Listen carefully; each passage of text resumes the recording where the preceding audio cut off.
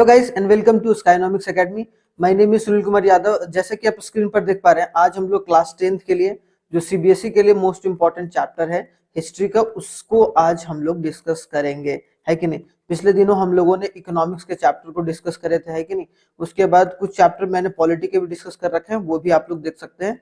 अलग अलग प्लेलिस्ट बना हुआ है, ठीक है, हमारे चैनल पर अगर आप लोग जाओगे स्काइनॉमिक्स एकेडमी पर, ठीक है। तो आज हम लोग हिस्ट्री का जो चैप्टर नंबर 3 है, the making of global world, कि जो हमारा वर्ल्ड है वो ग्लोबल किस तरीके से हुआ। पहले तो ऐसा देश नहीं था सारा, है कि नहीं।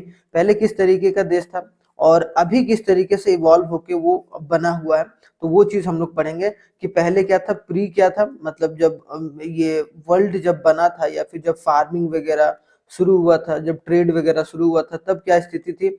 उसके बाद कैसे कैसे धीरे धीरे दुनिया जो है बदलते चली गई और जो इवॉल्व होते चले गई साथ ही साथ, ठीक है। तो वो सब सारी चीजों को हम लोग डिस्कस करेंगे। मेकिंग ऑफ ग्लोबल वर्ल्ड, कि हम लोग जो वर्ल्ड है वो ग्लोबल कैसे हुआ, क्योंकि पहले ग्लोबल नहीं था। पहले लोग क्या थे, एक तरीके से सब साथ में नहीं आते थे। पहले लोग थे अपने अपने देश में मगन रहते थे, ठीक है। लेकिन ये ग्लोबलाइजेशन जो आया है, ठीक है, वो किस तरीके से आया उसको हम लोग शानदार तरीके से डिस्कस करेंगे। क्लियर।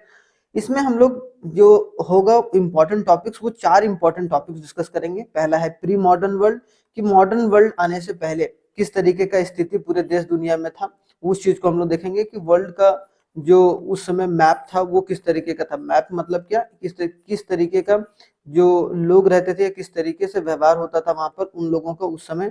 क्लियर। फिर देखेंगे 19th सेंचुरी, जो कि द 19th सेंचुरी बोला जाता है 1850 से लेकर 1914 तक। मतलब ये जो 100 साल हैं, वो किस तरीके से हमारे पूरे पृथ्वी पर बदलाव लाई गई, ठीक है, इसमें लोगों के द्वारा। तो ये सब भी देखेंगे। द इंटर वॉर इकोनॉमी, कि इंटर वॉर इकोनॉमी जैसे सिचुएशन से बन गई, वॉर जैसे सिचुएशन।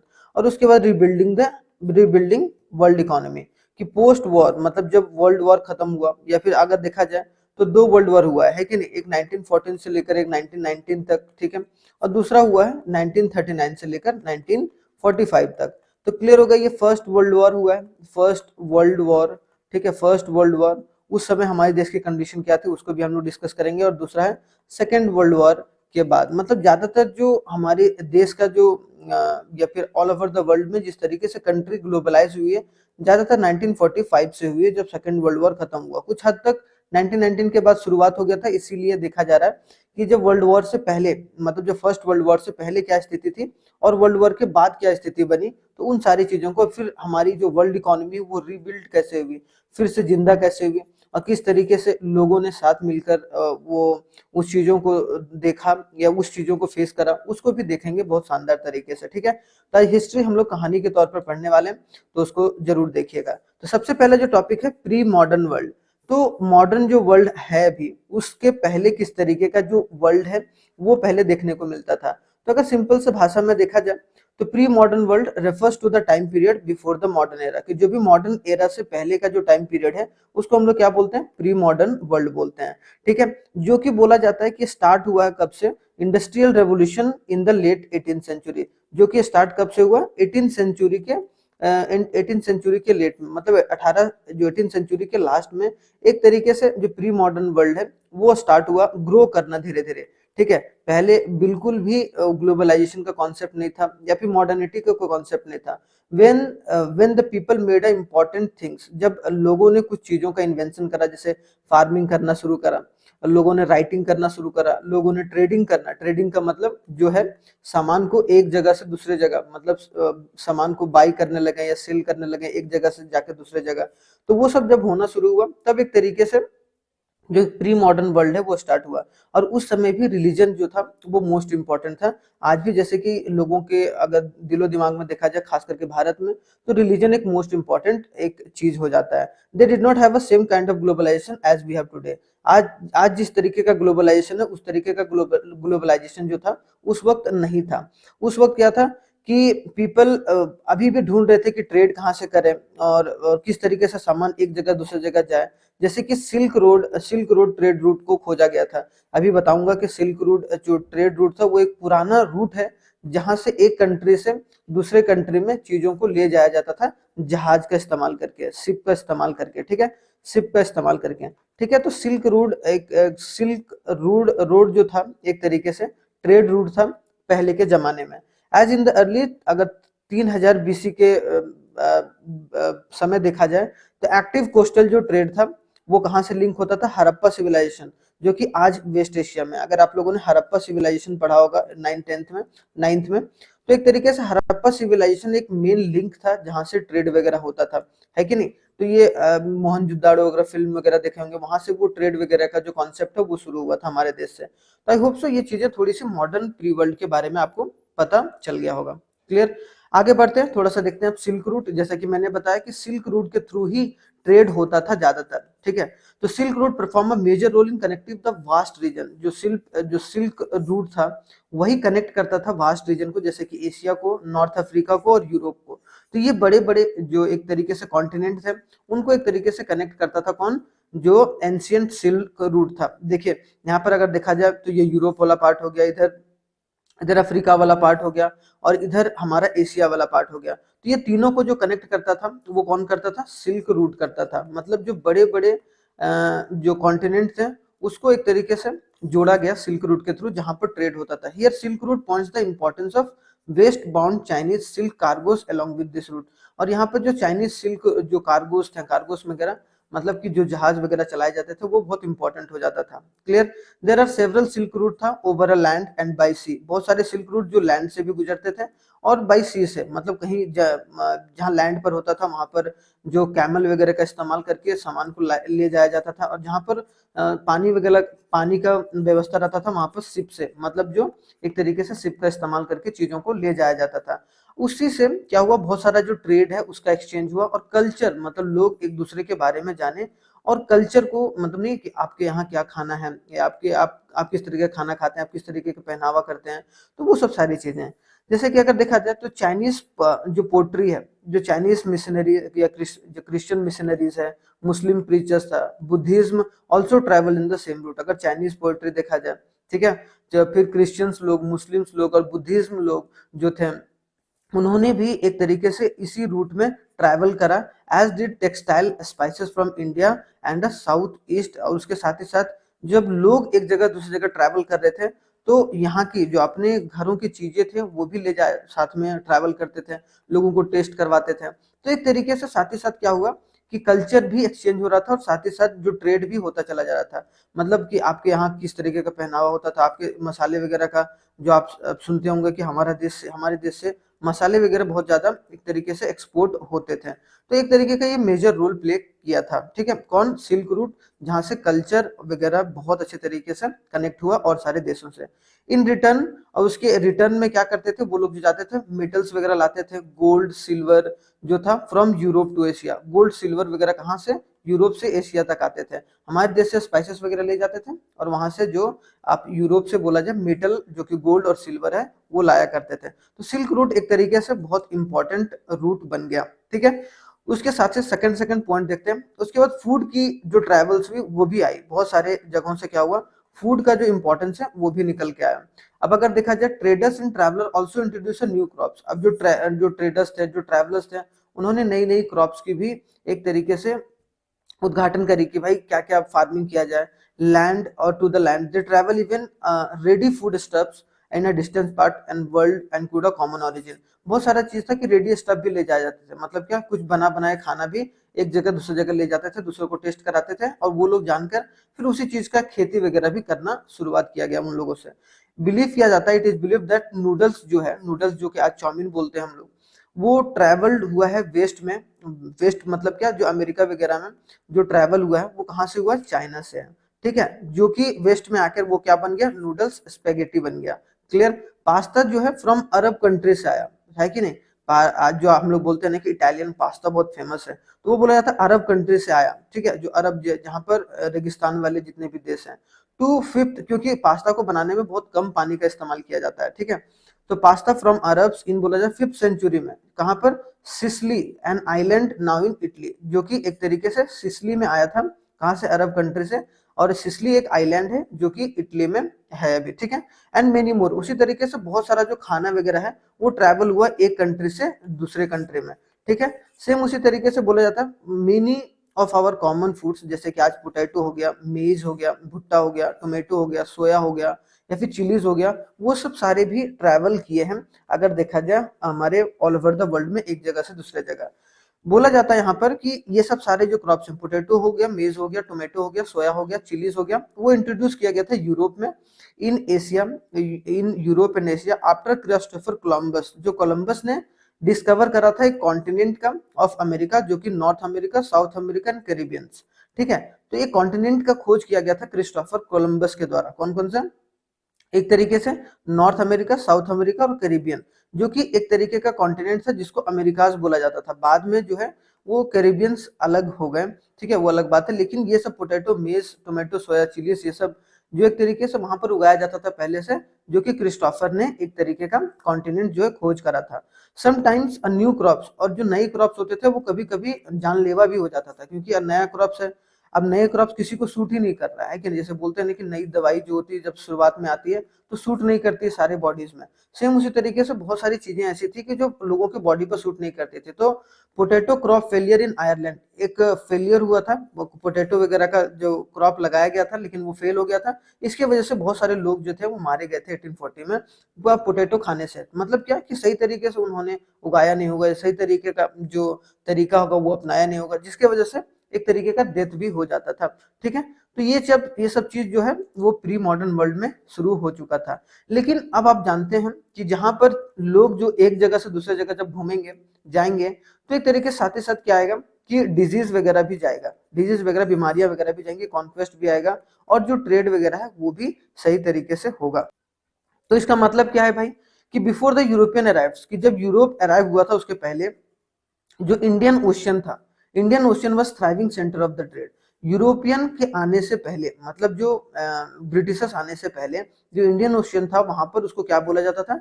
सेंटर ऑफ ट्रेड बोला जाता था, जहां पर कल्चर एक्सचेंज किया जाता था, आइडियाज एक्सचेंज किया जाता था, गुड्स एक्सचेंज किया जाता था, और लोग एक कंट्री से दूसरे कंट्री जाते थे काम करने के लिए, जब तक यूरोपियन नहीं आया था। However European redirected a trade route towards the Europe and abundant resource of America transform a global trade and lifestyle।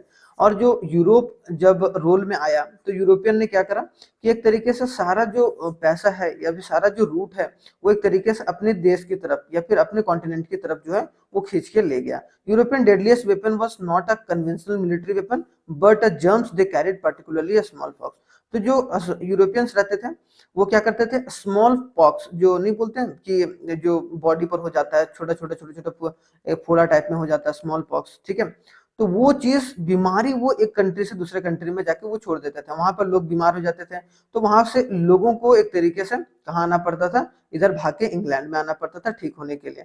ठीक है, तो वो उनका वेपन क्या था कि भाई बीमारी फैलाओ, जिस तरीके से अभी बोला जाता है कि चाइना जो है वो एक तरीके से कोविड-19 फैलाया कि एक तरीके से लोग जो है वो एक तरीके से मारे जाए और जो है उनका जो इकोनॉमी है वो इम्पैक्ट हो। सेम उसी तरीके का जो अलग अलग देशों में वो यूरोपियन का डेडलिस्ट वेपन क्या था? एक तरीके से स्मॉल पॉक्स था। ठीक है, despite suffering from poverty and hunger until the 19th century Europe gradually become a center of world trade।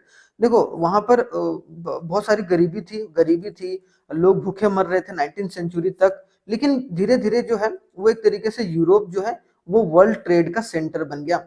while China and India were among the wealthiest nation until the 18th century। अगर देखा जाए 18th century तक, मतलब 18वीं शताब्दी तक जो है, उसी के बाद ना ब्रिटिश आया हमारे देश में, धीरे धीरे एक बार वर्ल्ड ट्रेड सेंटर बन गया। कहाँ? यूरोप, क्योंकि उसके पहले तो कहाँ सब इंडियन ओशन में हो रहा था, सब चीज हमारा देश और चाइना और इंडिया बहुत अच्छे तरीके से परफॉर्म कर रहा था। अब उसने देखा कि इंडिया और चाइना जो है वहां पर बीमारी वगैरह फैलाने लगा, उसकी वजह से बहुत सारी चिंताएं वहां पर जनरेट हो गई, जिसके वजह से बोला जाता है कि 18th सेंचुरी तक जो था वो हमारा जो देश है वो जो है इंडिया और चाइना जो है वेल्थिएस्ट स्टेट, सबसे ज्यादा पैसा इंडिया और चाइना में होता था। ठीक है, लेकिन retreat into isolation after 15th century, उसके बाद जो 15th सेंचुरी से धीरे धीरे शुरुआत हो गया क्या कि किस तरीके से जो ब्रिटिश है वो दबदबा धीरे धीरे बनाना शुरू किया, और जो है वो यूरोप जो है वो पावर में आकर हमारे देश में धीरे धीरे ब्रिटिश राज जो है वो शुरुआत किया गया, उसके द्वारा भी 18th सेंचुरी के आसपास ही। ठीक है, तो एक तरीके से आपको यहाँ पर समझना पड़ेगा कि किस तरीके से आइसोलेशन से बाहर आया और 18th सेंचुरी तक हम लोगों ने राज करा इंडियन ओशन पे या वर्ल्ड ट्रेड में। उसके बाद जो है यूरोप जो है वो एक सेंटर पावर बन गया। क्लियर? तो एक तरीके से धोखे से बना है, बना था, लेकिन एक तरीके से हम लोगों की बेवकूफी था उसकी वजह से भी। अब आते हैं 19th सेंचुरी। 19th सेंचुरी मतलब 1815 से लेकर 1914 तक, जब मतलब फर्स्ट वर्ल्ड वॉर से पहले का, क्योंकि 1914 के बाद फर्स्ट वर्ल्ड वॉर जो है वो शुरू हो गया था।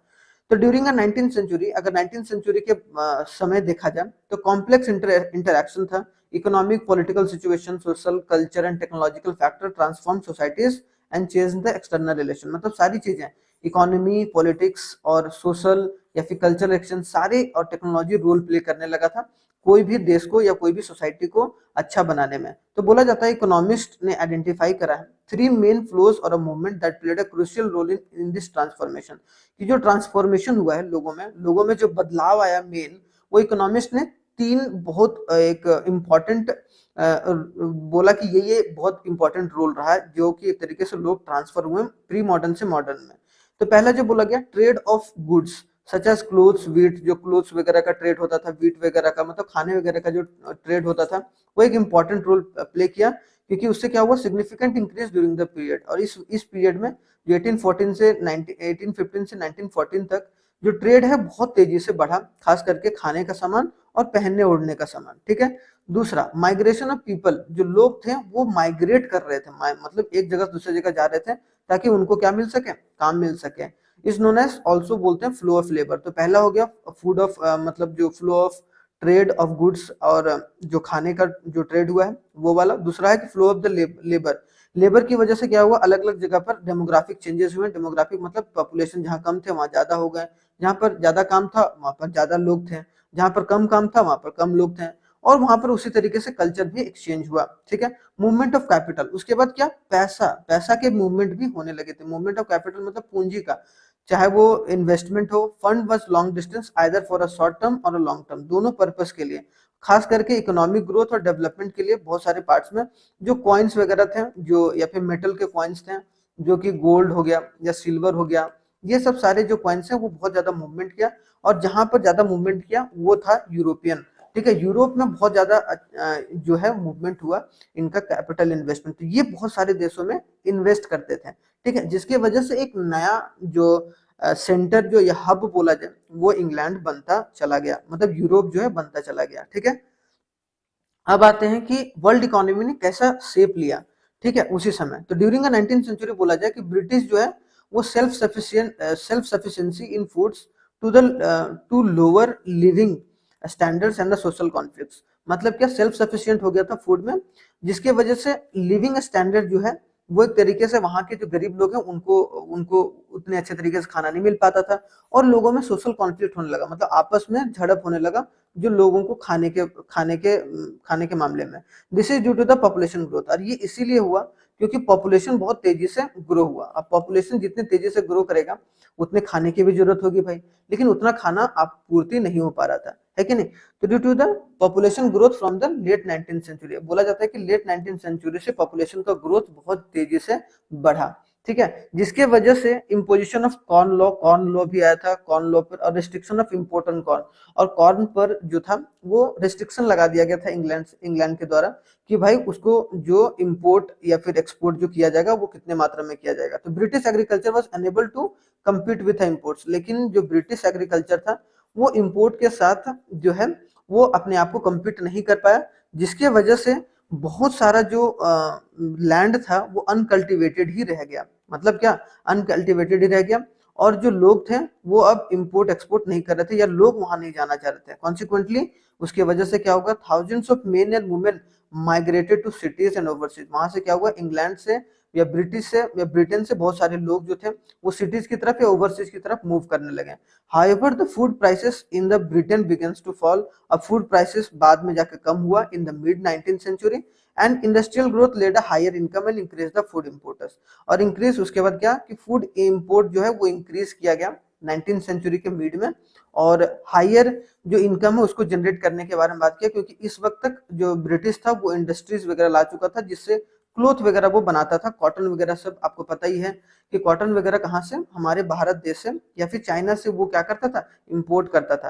तो इंडस्ट्री एक ऑप्शन खुल गया था खास करके जब 19th सेंचुरी के समय में। ठीक है। तो आई होप सो ये वर्ल्ड इकोनॉमी धीरे धीरे किस तरीके से शेप लग रहा था, लेकिन जो साथ ही साथ जो डिमांड था वो भी बढ़ रहा था।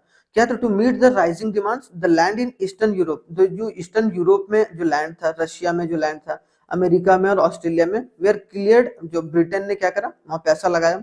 अब ब्रिटेन के पास लोग वहां पर थे नहीं, लोग जाके कहाँ पर, यूरोप, ईस्टर्न यूरोप में जा रहे थे, रशिया में जा रहे थे, अमेरिका में जा रहे थे, ऑस्ट्रेलिया में जा रहे थे, ठीक है। तो वहां पर क्या करा उन्होंने कि वहां पर जो फूड क्रॉप्स, वहां की लैंड को उसने साफ सफाई करवाई और वहां पर फूड प्रोडक्शन की शुरुआत कराई, ठीक है। और this required of capital labour, उसके लिए कैपिटल और लेबर की दोनों जरूरत है, मतलब पैसों की जरूरत थी और लेबर की जरूरत थी, क्योंकि वहां पर तभी तो खेती हो पाता। Which is being provided by the London finance, वो कौन प्रोवाइड कर रहा था, सारा जो है ब्रिटेन प्रोवाइड कर रहा था। And labour force from the Europe जो था, यूरोप वो कहाँ पर इमिग्रेट हो गया, तो अमेरिका। जो लेबर फोर्स थे यूरोप में, वो वहां से कहाँ निकल गए, वहां से, क्योंकि वहां पॉपुलेशन भी बढ़ रहा था भाई। तो एक तरीके से उसको लगा कि पॉपुलेशन भी कम करने का सही तरीका है कि आप दूसरे जगह खेती करो, वहां से भी क्रॉप वगैरह उगा के अपने देश में ले आओ। तो अमेरिका और ऑस्ट्रेलिया में जो लोग यूरोप से गए, वहां से उन लोगों से काम यहाँ पर करवाया जाता था, पैसा जो है वो लंदन लगा रहा था, ठीक है। 1890 में जो global agriculture economy has taken shape, 1890 में बोला जाता है कि जो एग्रीकल्चर इकोनॉमी है वो एक तरीके से शेप लेना शुरू किया और एक कॉम्प्लेक्स चेंज हुआ लेबर मूवमेंट के पैटर्न में, और कैपिटल फ्लो और इकोलॉजी और टेक्नोलॉजी, मतलब साथ ही साथ टेक्नोलॉजी भी बढ़ने लगा, मूवमेंट और पैटर्न भी पता चल गया, लोगों को पैसा किस तरीके से कमाया जाए वो भी पता चल गया, किस तरीके से ट्रेड किया जाए, टेक्नोलॉजी का किस तरीके से इस्तेमाल किया जाए, ठीक है। तो उसी के तहत अगर देखा जाए हमारे देश में भी वेस्ट पंजाब में ब्रिटिश इंडियन गवर्नमेंट ने बिल्ड करा एक नेटवर्क। तो उस समय ब्रिटिश का राज था हमारे देश में, तो ब्रिटिश इंडियन गवर्नमेंट ने क्या करा कि एक नेटवर्क को बिल्ड करा इरिगेशन का, इरिगेशन मतलब जहां पर सिंचाई वगैरह, पानी वगैरह फसलों को अच्छे तरीके से दिया जाए। कैनाल बनाया, नहीं बोलते हैं कि यहाँ पर कैनाल बना दिया, यहाँ से पानी का बहाव होगा और इधर फूड फूड क्रॉप्स होगा, इधर भी जमीन और इधर भी जमीन, ठीक है। तो यहाँ पर कैनाल बना दिया गया, पानी की व्यवस्थाएं हैं, तो यहाँ से अलग अलग खेतों में पानी जाएगा, ठीक है। और उसमें जो सेमी डेजर्ट एरिया था, मतलब जहां पर खेती वगैरह नहीं होता था, जो खाली रहते थे, ठीक है, उनको फर्टाइल एग्रीकल्चर लैंड में कन्वर्ट कर दिया। अब सोचो कि जो सूखा सूखा लैंड था उसको भी फर्टाइल, और वहां पर दो चीज, या तो वीट को उगा रहा था वो, ये वीट को प्रोड्यूस कर रहा था, या फिर उसको कॉटन को प्रोड्यूस कर रहा था। Cultivation of cotton also expanded the world wide to feed a British textile, और कॉटन इसीलिए बनाया जा रहा था ताकि वहां से जो ब्रिटिश की इंडस्ट्री को फीड किया जा सके, मतलब ब्रिटिश उसको इंपोर्ट करके ले जा सके और वहां पर कपड़े बनाकर भारत में बेच सके। तो देख रहे हो किस तरीके से चीजें जो है वो इवॉल्व होते चली गई। तो ये एक इंपॉर्टेंट है जो कि आपको पता होना चाहिए, ठीक है। अब आगे देखा जाए रोल ऑफ टेक्नोलॉजी कितना रहा, तो 19th सेंचुरी में बोला गया कि सेवरल इंपॉर्टेंट टेक्नोलॉजी एडवांसमेंट्स हुआ।